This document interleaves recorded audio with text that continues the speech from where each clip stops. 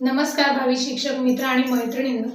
नुकतीच स्टेटचं नोटिफिकेशन आलं ते आपण पाहिलंय आणि कमीत कमी दिवसामध्ये जास्तीत जास्त अभ्यास कसा करायचा याबद्दलचं एक मार्गदर्शनपर लेक्चर आपलं झालेलं होतं. बऱ्याच विद्यार्थ्यांनी ते देखील पाहिलं असेल आणि जेव्हा मार्गदर्शनासाठीचं लेक्चर रेकॉर्ड झालं विद्यार्थ्यांनी पाहिलं त्यानंतर बऱ्याच जणांचे फोन कॉल झाले की मॅडम आम्हाला गणिताचे काही टॉपिक आणखी कन्फ्युजन आहे, वेळ फार कमी आहे, तर त्याबद्दलचं मार्गदर्शन कृपया करावं. मग त्यांच्या मागणीनुसार आज आपण अभियोग्यतेसाठी आवश्यक असणारा हा गणितात नव्याने समाविष्ट झालेला अंकगणिती श्रेणी नावाचा जो टॉपिक आहे, ज्याला इंग्लिशमध्ये अरिथमॅटिक प्रोग्रेशन असं नाव दिले, हा टॉपिक आज आपण घेणार आहोत. अगदीच वेळ वाया न घालवता मी प्रत्यक्ष एक्झाम्पल्स घ्यायला सुरुवात करणार आहे, कारण प्रत्येक मिनिट ना मिनिट आता तुमच्यासाठी खूप महत्त्वाचं आहे. बघा तर मग इयत्ता 10वीचे विद्यार्थी जे आता बोर्डला फेस करणार आहेत, बोर्ड परीक्षा सुद्धा समोर येते, मग त्यांच्यासाठी सुद्धा अतिशय महत्त्वाचा टॉपिक आहे अरिथमॅटिक प्रोग्रेशन अंकगणिती श्रेणी. 10वीच्या पुस्तकामध्ये असणारा टॉपिक. त्यानंतर पुढचा प्रोबॅबिलिटी म्हणजे संभाव्यता. शिक्षक भरती आणि 10वी दोन्हींसाठी तितकंच इम्पॉर्टंट टॉपिक आहेत हे दोन्ही. तर त्यासाठी दोन्ही विद्यार्थ्यांना मदत होईल, शिक्षक भरतीचा प्रयत्न करणारे आणि 10वी बोर्डला फेस करणारे. 10वीसाठी एक आहे की त्यांना स्टेप बाय स्टेप प्रेझेंटेशन द्यावं लागणार आहे व्यवस्थित अगदी. मग आपल्या लेक्चरच्या माध्यमातून जर 10वीचे विद्यार्थी हा व्हिडिओ पाहत असतील तर त्यांना एक अंदाज येईल की त्या प्रकारचं एक्झाम्पल आपण सोडवायचं कसं. यासाठी तुम्हाला जरूर माझ्याकडून या लेक्चरकडून थोडीफार मदत होऊन जाईल. चला तर मग या आणि अशा प्रकारची एक्झाम्पल माझ्याबरोबर सोडवण्यासाठी माझ्या रेश्मा दिवसे मॅडम या यूट्यूब चॅनलला सबस्क्राईब करा आणि बेल आयकॉन प्रेस करायला अजिबात विसरू नका, कारण इथून पुढे या सिरीजमध्ये अंकगणिती श्रेणी त्यानंतर संभाव्यता सारख्या टॉपिकशी रिलेटेड काही एक्झाम्पल्स मी घेणार आहे. त्याची नोटिफिकेशन तुम्हाला मिळेल आणि तुमचा त्याचा अभ्यास सुद्धा होईल. चला आता वेळ न घालवता आपण वेगात सुरू करूया. अगदी शिक्षक भरतीची तयारी करणारे आणि 10वीचे विद्यार्थी. पहिल्यांदा मी तुम्हाला क्रमिका म्हणजे यातले काही बेसिक कन्सेप्ट क्लिअर करते, कारण जेव्हा परीक्षेला प्रश्न येतो तेव्हा त्यामध्ये असे शब्द आले की आपण कन्फ्यूज होतो की नक्की याचा अर्थ काय आहे बरं, आणि मग त्याचा परिणाम आपल्या एक्झाम्पल सोडवण्यावर होतो. मग अगदी वेगात मी क्लिअर करत जाते पुढे. डेफिनेशन्स येत नाहीत ना 10वीला येतात ना शिक्षक भरतीसाठी. क्रमिका म्हणजे सिक्वेन्स, एक संख्यांची सिक्वेन्स तुम्हाला दिलेली असते, त्यामध्ये एक विशिष्ट नियम असतो, तो आपल्या ध्यानात येत असतो जेव्हा आपण ते एक्झाम्पल बघतो. आता फॉर एक्झाम्पल सांगते, नंबर दिलेत समजा 1 2 3 4. आपण सांगू शकतो याच्या पुढे येणारा 5 हा क्रमांक आहे. ही एक सिक्वेन्स दिली ज्याला मराठीत क्रमिका असं म्हणतात. याही पुढे जाऊन 2 4 6 8 या प्रकारची सिक्वेन्स दिलेली असू शकते, याला देखील क्रमिका असं म्हटलं. मग आता हे बघा, हे नवीन काय आलं आता सिलेबसमध्ये, अंकगणिती श्रेणी अरिथमॅटिक प्रोग्रेशन. बघा, 2 क्रमागत आलेल्या पदामध्ये एका विशिष्ट नियमाने मांडणी केलेली असते, त्याला अंकगणिती श्रेणी असं म्हणतात. म्हणजे या सिक्वेन्सनुसार या अरिथमॅटिक प्रोग्रेशनची डिफाईन काय आहे, तर हे जे 2 क्रमागत पदं दिलेत म्हणजे कॉन्सिक्युटिव्ह टर्म्स ज्याला आपण म्हणतो, त्याच्यामध्ये एक विशिष्ट प्रकारचा काहीतरी नियम वापरलेला असतो. फॉर एक्झाम्पल, आता या क्रमाने आलेल्या नैसर्गिक संख्या आहेत, याच्यामध्ये प्रत्येकी 2-2चा फरक येत गेलाय. अशा पद्धतीने एक काहीतरी सिक्वेन्स त्याच्यामध्ये दिलेली असते, त्याला आपण अरिथमॅटिक प्रोग्रेशन म्हणतो. आता या अरिथमॅटिक प्रोग्रेशनमध्ये मोस्ट इम्पॉर्टंट कोणकोणत्या गोष्टी आहेत. आता ही तुम्हाला जी क्रमिका दिली, समजा हीच रिपीट करू, 2 4 6 आणि 8. इथे a = 2. आता बघा, याच्यामध्ये काही महत्त्वाच्या कन्सेप्ट आहेत. a, त्यानंतर पुढे d, t आणि n इतके लेटर येत आहेत. याच्याशी रिलेटेड काही फॉर्म्युले येत आहेत आणि त्या फॉर्म्युल्यांवरून एक्झाम्पल आपल्याला सोडवायचे. मग आधी हे क्लिअर करून घेऊया, हे नक्की आहे तरी काय. ए म्हणजे याला फर्स्ट टर्म असं म्हटलंय, म्हणजे पहिले पद ज्याला म्हणतो, त्या सिरीज मधला पहिला जो अंक दिलाय त्याच्यासाठी ए हे लेटर आहे. बऱ्याचदा परीक्षेला प्रश्न येतो अगदी 10वीच्या आणि आपण शिक्षक भरतीची तयारी करणारे भावी शिक्षक मित्र मैत्रिणी सुद्धा बघा, सिरीज मध्ये पहिले पद एक क्रमिका दिली आहे तुम्हाला, तर याच्यातून पहिले पद ओळखा. तर पहिले पद म्हणजे सिरीजची सुरुवात, इथे 2 झाले, इथे 1, त्याला पहिले पद म्हटले आणि त्याच्यासाठी ए लेटर घेण्यात आले. डी म्हणजे काय आहे, तर सामान्य किंवा साधारण फरक, डिफरन्स आहे हा, कॉमन डिफरन्स. बघा सेमीचे विद्यार्थी कोणी असतील तर हे कॉमन डिफरन्स, साधारण फरक म्हणजे या सिरीज मध्ये कितीच्या फरकाने पुढचे नंबर दिलेले आहेत. आता या दोन्हीमध्ये 2चा फरक आहे, या दोन्हीमध्ये 2चा, इथे पण 2चा फरक आहे, म्हणजे डी ची किंमत इथं किती येणार आहे, 2 येणार आहे. याला म्हणायचं कॉमन डिफरन्स, साधारण फरक. या सिरीज मध्ये असणारा डिफरन्स, फरक कितीने वाढत गेला, कितीने. आता इथे 1 1 आणि 1चा आहे. आपण पुढे काही एक्झाम्पल सोडवणार आहोत. त्याच्यामध्ये तुम्हाला टीएनचा एक छोटासा फॉर्म्युला आहे जो की अजिबात पाठ करायचा नाही. आता तुम्ही म्हणाल मॅडम मॅथमॅटिक आणि फॉर्म्युले पाठांतर करायचं नाही. पाठांतर करायचंच नाही, कन्फ्यूज होऊन जातं सगळं. फक्त त्याच्याशी रिलेटेड वेगवेगळे एक्झाम्पल सोडवत चला, तुम्हाला ते आपोआप जमून जाईल. चला मी पुढे ते सांगणार आहे, एक्झाम्पल प्रत्यक्ष घेतोय, पण आधी कन्सेप्ट क्लिअर करून घ्या. आता इथून पुढे एक्झाम्पल मध्ये एखादी सिक्वेन्स आली रे आली, तुम्ही पटापट ए आणि डी ची व्हॅल्यू त्याच्यातून सांगणं खूपच गरजेचं आहे. चला मग ए आणि डी क्लिअर झालं का. ए म्हणजे सुरुवातीला येणारं पद, डी म्हणजे साधारण फरक, म्हणजेच या दोन्हीमध्ये कितीचा फरक होत गेलाय हे सांगणे. आता टी म्हणजे ऍक्च्युली टर्म, याच्यासाठी वापरलाय ज्याला मराठीत आपण पद म्हणतो. इंग्लिशमध्ये टर्म हा शब्द जो आहे त्याचं फक्त लेटर घेतलंय टी, म्हणजे किती टर्म आहे त्याच्यामध्ये. आता बघा 1 2 3 4 अंक दिले होते, म्हणजे 4 टर्म दिलेले आहेत. 1 2 3 4 4 अंक दिले म्हणजे 4 टर्म दिलेले आहेत. मग ह्याच्यासाठी आता बघा कशासाठी वापरतात, एखादं इक्वेशन दिलंय, एखादं सिरीज दिली, सॉरी, त्या सिरीज मध्ये ती अंकगणिती श्रेणी आहे की नाही हे ओळखा. हा प्रश्न 100% दोन्ही परीक्षांसाठी उपयुक्त आहे. मग त्याच्यामध्ये तुम्हाला कितवं पद आहे हे सांगता आलं पाहिजे. समजा हा पहिला आहे म्हणून T1, हा दुसरा याला T2 म्हणतो, हा T3 आणि हा T4. इतकं बेसिक नॉलेज बऱ्यापैकी सर्वांना असेलच. तरी पण जे नव्याने पाहत आहेत अंकगणिती श्रेणी टॉपिक, त्यांच्यासाठी हे क्लिअर करून दिलं. चला 4 टर्म आले, 5वी आली तर T5, 6वी आली तर T6, अशा पद्धतीने पुढे डॉट डॉट असेल, लास्ट नंबर असेल तर n नंबर, म्हणजे शेवटचा नंबर तिथपर्यंत. ओके, या बेसिक कन्सेप्ट लक्षात राहिल्या का. बरं, आपण या टॉपिक मध्ये काही सूत्रांचा वापर करून दिलेले एक्झाम्पल सोडवणार आहोत. आता मी फर्स्ट तुम्हाला सूत्र सांगते आणि त्यानुसार आपण एक्झाम्पल सोडवत जाऊ. अगदी सोपं आहे, काहीच अवघड नाहीये. इथे पहिला फॉर्म्युला आहे तुमच्यासाठी, Tn is equal to a plus n minus 1 D. आता बघा कोणत्याही प्रकारचं सूत्र पाठ करायचं नाही. जे विद्यार्थी 10वीचे आहेत त्यांचं ऑलरेडी हे पाठांतर असेलच, कारण आता बोर्ड एक्झाम जवळ येते तर याचा बऱ्यापैकी स्टडी झाला असेल. पण आपले भावी शिक्षक जे आहेत आता एक्झामला फेस करणार आहेत त्यांच्यासाठी इम्पॉर्टंट टॉपिक आहे. याच्याशी रिलेटेड प्रश्न कसे येतात, हा IBPS पॅटर्न काय आहे आणि तुम्हाला हा IBPS नुसार जर क्वेश्चन पेपर येणार असेल तर ते कोणत्या प्रकारचे प्रश्न विचारतायत हे देखील पुढे जाऊन सांगते. चला आपण आधी काय करूया, TN शी रिलेटेड सूत्र जे आहे TN वाला, याच्याशी रिलेटेड मी काही क्वेश्चन्स घेते. त्यानंतर SNचं एक फॉर्म्युला आपल्याला अभ्यासायचा आहे. एकदाच दोन्ही लिहून देत नाही, तुमचा पुरता गोंधळ उडून जाईल. चला, Tn बरोबर a अधिक n वजा 1 डी.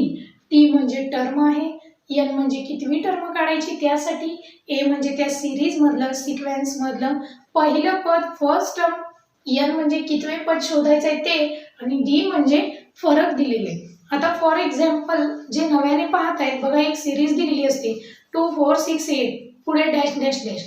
या सिरीज साठी 92 नंबरचे पद शोधा. मग तुम्ही 92 वेळा 2 2 ने वाढवत जाल का, अजिबात नाही. मग हा फॉर्म्युला वापरून अगदी विदिन अ सेकंड तुम्ही या प्रश्नाचं उत्तर सोडवू शकता.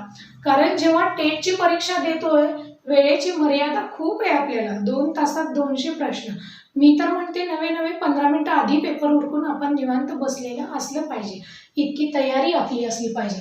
आणि जर कॉन्फिडन्स असेल ना तर ते देखील शक्य होतं. चला वेळ न घालवता प्रश्नाकडे वळूया. पहिल्यांदा प्रश्न कसा येतो ते सांगते तुम्हाला आणि त्यानंतर आपण वेगवेगळे एक्झाम्पल्स घेऊया. प्रश्न घ्या. बघा, पुढील श्रेणी अंकगणिती श्रेणी आहे की नाही ते ओळखा. आता जे विद्यार्थी मग 10वीला असू द्या किंवा टेटची तयारी करतायत तर त्यांच्यासाठी प्रश्न येताना आता मी पुढील श्रेणी असं देते, कारण रिलेटेड खूप सारे एक्झाम्पल्स मी घेणार आहे, 3-4 एक्झाम्पल घेते. पण तुम्हाला परीक्षेमध्ये एकच सिरीज येते ना, डायरेक्ट एक सिरीज देतील आणि ही श्रेणी अंकगणिती श्रेणी आहे की नाही ओळखा असा प्रश्न येईल. चला थोडंसं वेगात घेऊया. ज्यांना वाटते नोट डाऊन करावं, माझ्या इतकाच वेळ लागेल, तुम्ही नोट डाऊन करू शकता. मी एक एक्झाम्पल सांगितलं की व्हिडिओ पॉज करायचा, पुढचं एक्झाम्पल न बघता सोडवायचं आणि त्यानंतर व्हिडिओ कंटिन्यू करून आपण सोडवलेलं बरोबर आलं का हे पाहून घ्या. चला, पुढील श्रेणी अंकगणिती श्रेणी आहे की नाही ते ओळखा. मी कॉमन प्रश्न लिहिला कारण 3 ते 4 एक्झाम्पल्स मी घेणार आहे. आणि वेळ लावा, किती वेळात एक्झाम्पल सुटते हे पण बघा. इतक्या सोप्या प्रश्नांना वेळ वाया घालवायचाच नसतो. पहिली सिरीज घ्या, 1 4 7 11 पुढे डॅश डॅश.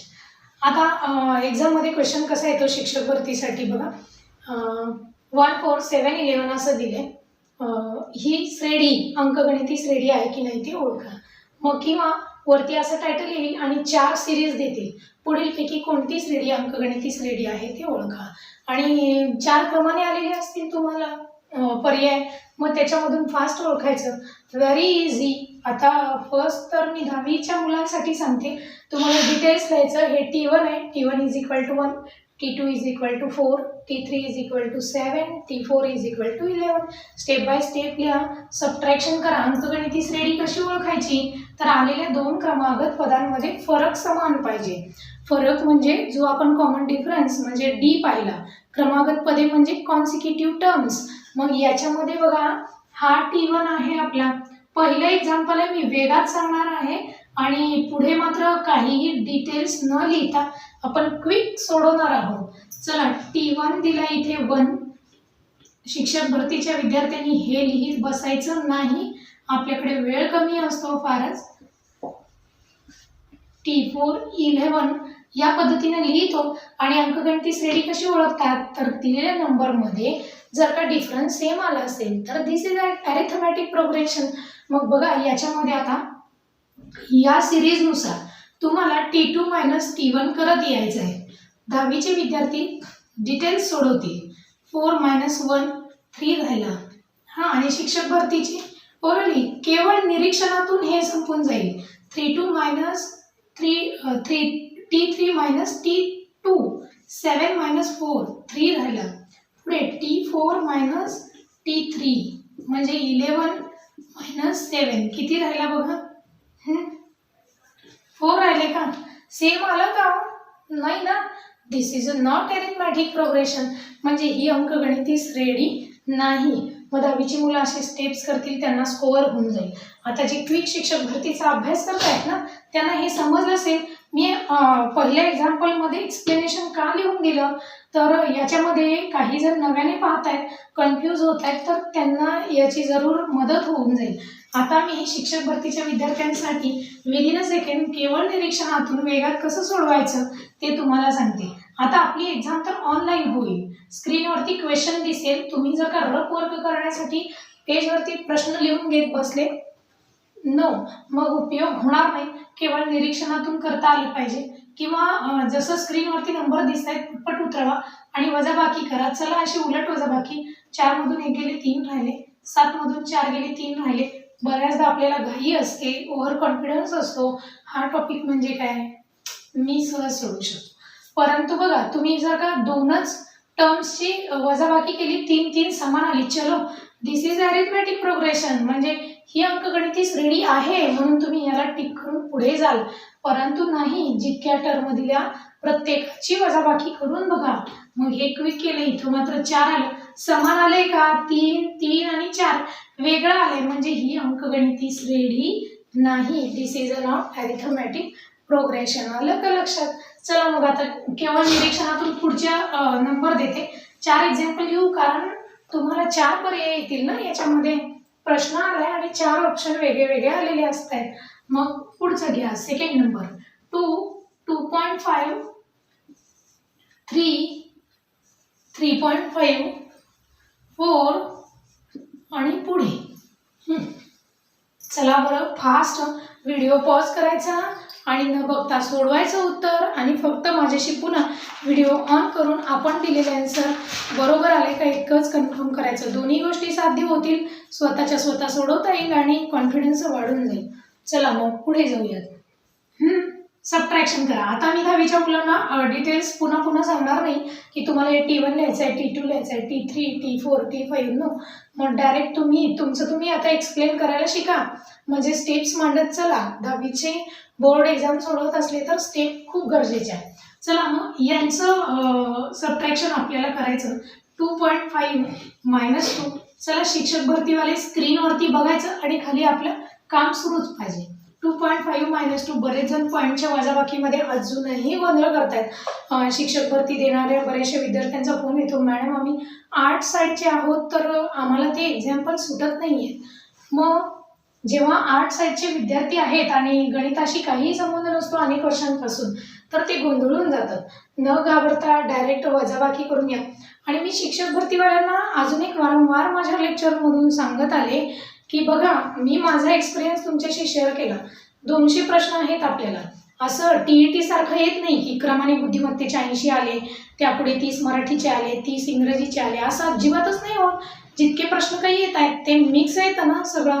मग आता माझ्या स्क्रीनवरती 4 बुद्धिमत्तेचे प्रश्न आहेत, पुढे 2 गणिताचे असतील, 2 अभियोग्यतेचे असतील, 2 मराठीचे असतील, अशा पद्धतीचे क्वेश्चन्स येत आहेत. आणि तुम्ही जर का हा प्रश्न स्किप केला, म्हणजे माझ्या बाबतीत जे घडलं मी ते सांगते. एखादा क्वेश्चन जर स्किप केला आणि ठरवलं की हा येतोय मला पण याला वेळ लागतोय, मी शेवटी येईल, पुढचे प्रश्न आधी सोडवते आणि शेवटी येऊन मग मी तो क्वेश्चन अटेंड करेल. मग अशा गोंधळामध्ये मात्र मी कुठले प्रश्न सोडवले आणि कुठले सोडून दिले हे मला खरंच समजलं नव्हतं. कारण जेव्हा ते ऑनलाईन एक्झाम सोडवतो इतके कलर येत आहेत त्याच्यामध्ये. क्वेश्चन सोडवून झाला ग्रीन, त्याला सेव्ह करावा लागतो, मग पुढचा क्वेश्चन. तुम्ही नाही सेव्ह केला तरी सोडवलेला प्रश्न निघून गेला, म्हणजे त्याचं आन्सर ब्लँक गेलं. म्हणून ते प्रत्येक वेळी सेव्ह करणे, नेक्स्ट क्वेश्चन घेणे. तिथे पर्पल कलरचे येत आहेत, ग्रीन येत आहे, राहिलं तरी रेड येत आहे, येलो कलर दिसतोय, इतकं कन्फ्युजन होतं. म्हणून बघा, या भ्रमात राहूच नका की मी आधी सोपं सोडवते. नाही, बुद्धिमत्तेचा माझा अभ्यास झालेला आहे. मी आधी सगळे बुद्धिमत्तेचे प्रश्न सोडवेन, कारण ते मला 80 मार्क मिळवून देते. म्हणून जर तुम्ही स्क्रीनवरती प्रश्न पुढे ढकलत बुद्धिमत्ता शोधत गेले तर काही होणार नाही साध्य, वेळही निघून जाईल. फार कमी वेळ आहे.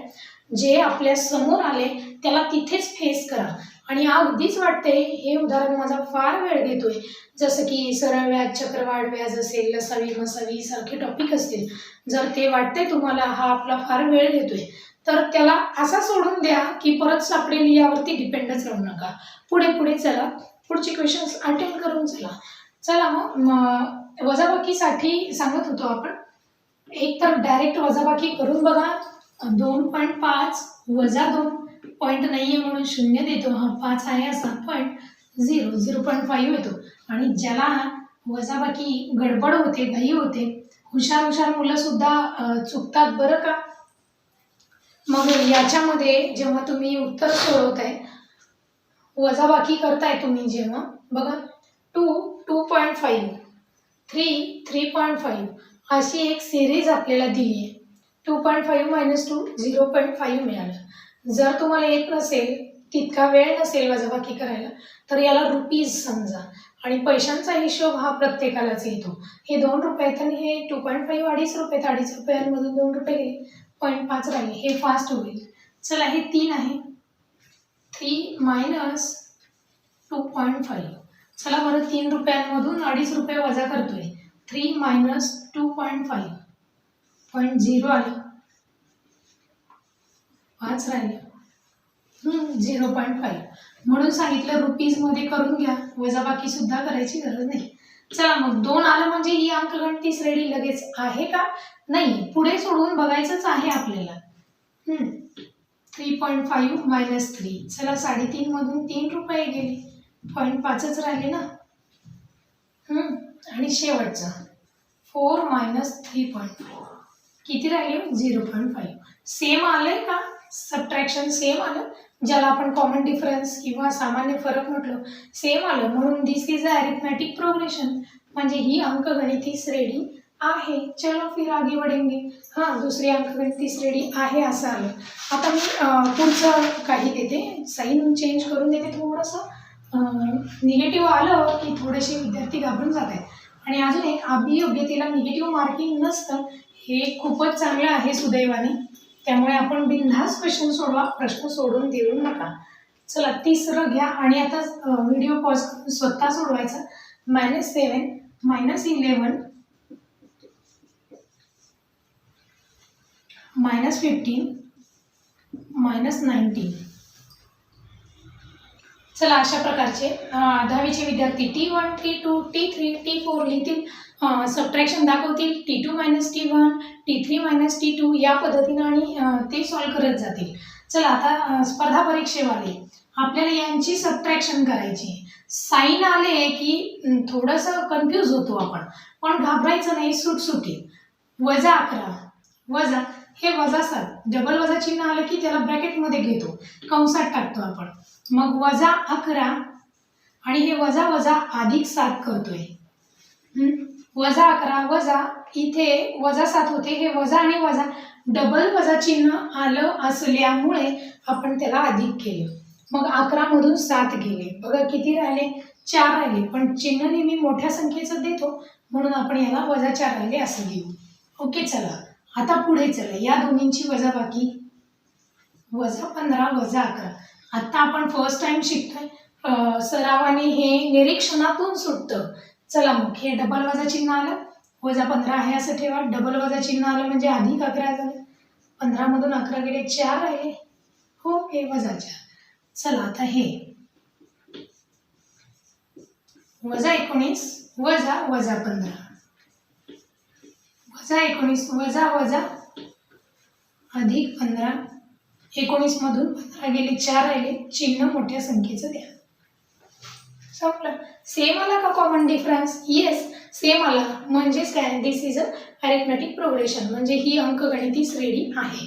आजच्या तासिकेतलं यातलं शेवटचं उदाहरण प्रश्नामधले, या प्रश्न पहिल्यामधलं जमलं असेल बऱ्याच जणांना, तर कमेंट्स करून जरूर सांगा अध्यापन केलेलं समजतंय का, उदाहरणं सुटतायत का आणि तुमची उत्तरं बरोबर येत आहेत का. चला तुमच्यासाठी एक्झाम्पल 1 5/2 4 आणि 11/2 हे एक्झाम्पल होमवर्कसाठी असेल, सोडवायचं आणि याचं उत्तर मला कमेंट बॉक्समध्ये कमेंट करून सांगायला विसरू नका. त्यावरून मी तुम्हाला सांगेल की आपला अभ्यास कसा आणि कुठंपर्यंत सुरू आहे. बघा, आणि आणखी काही शंका असतील तर जरूर विचारू शकता. बघा, शिक्षक भरतीचा अभ्यास करणारे आणि 10वीचा अभ्यास करणारे दोन्हींच्या परीक्षा अगदी जवळ आलेल्या आहेत आणि दोन्हींनाही इतका पुरेसा वेळ नाही आहे. त्यामुळे व्हिडिओ पाहण्यात फार वेळ आपण नाही देऊ शकत, म्हणून मी अगदी कमी मिनिटांचे लेक्चर तुम्हाला देते आणि अगदी दररोज 1-2 लेक्चर येतील. आता पुढच्या येणाऱ्या लेक्चरमध्ये मी T1च्या फॉर्म्युल्याचा वापर शिकवेन. त्यानंतर त्यापुढे आपण SNचा फॉर्म्युला शिकून घेऊ, मिक्स उदाहरणे घेऊ, मिश्र उदाहरणे, आणि त्यानंतर अंकगणिती श्रेणी संपवून आपण संभाव्यता या टॉपिककडे जातोय. त्यानंतर बऱ्याच विद्यार्थ्यांच्या मागणीस्तव काही सरळ व्याज चक्रवाढीचे एक्झाम्पल आपल्याला रिव्हिजनसाठी त्यांना सोडवून द्यायचे आहेत. याचबरोबर आपण स्कॉलरशिप आणि स्कॉलरशिपची परीक्षा होऊ घातली. 12 तारखेला परीक्षा आहे, 12 फेब्रुवारीला. त्यामुळे स्कॉलरशिप आणि शिक्षक भरतीवाल्यांचं पण बुद्धिमत्तेवरतीच सगळं आहे, कारण 80 मार्क बुद्धिमत्ता मिळवून देणार आहे. त्यामुळे इथून पुढे माझ्या रेश्मा दिवसे मॅडम या यूट्यूब चॅनलवरती बुद्धिमत्तेचे जेवढे टॉपिक आहेत प्रत्येकाचे 2-2, 3-3 एक्झाम्पल घेऊन प्रत्येक प्रकारच्या वेगवेगळ्या ट्रिक्ससह आपण भेटणार आहोत. त्यासाठी पुन्हा एकदा माझ्या चॅनलला अजून सबस्क्राईब केलं नसेल तर लगेच करून ठेवा आणि माझ्याबरोबर अभ्यास असाच करत राहा. आणि कोणाच्या काही शंका असतील किंवा कुठल्या टॉपिकविषयी कन्फ्युजन असेल की मॅडम या टॉपिकचं गायडन्स हवं आहे, तर तुम्ही कमेंट बॉक्समध्ये कमेंट करून निश्चितपणाने सांगू शकता आणि त्यानुसार आपण तुमच्या मागणीनुसार उर्वरित टॉपिकसुद्धा कव्हर करण्याचा प्रयत्न जरूर करूयात. चला तर मग आजच्या पुरतं इथंच थांबते. लगेचच भेटूयात पुढे बुद्धिमत्ता या विषयासह. तोपर्यंत धन्यवाद.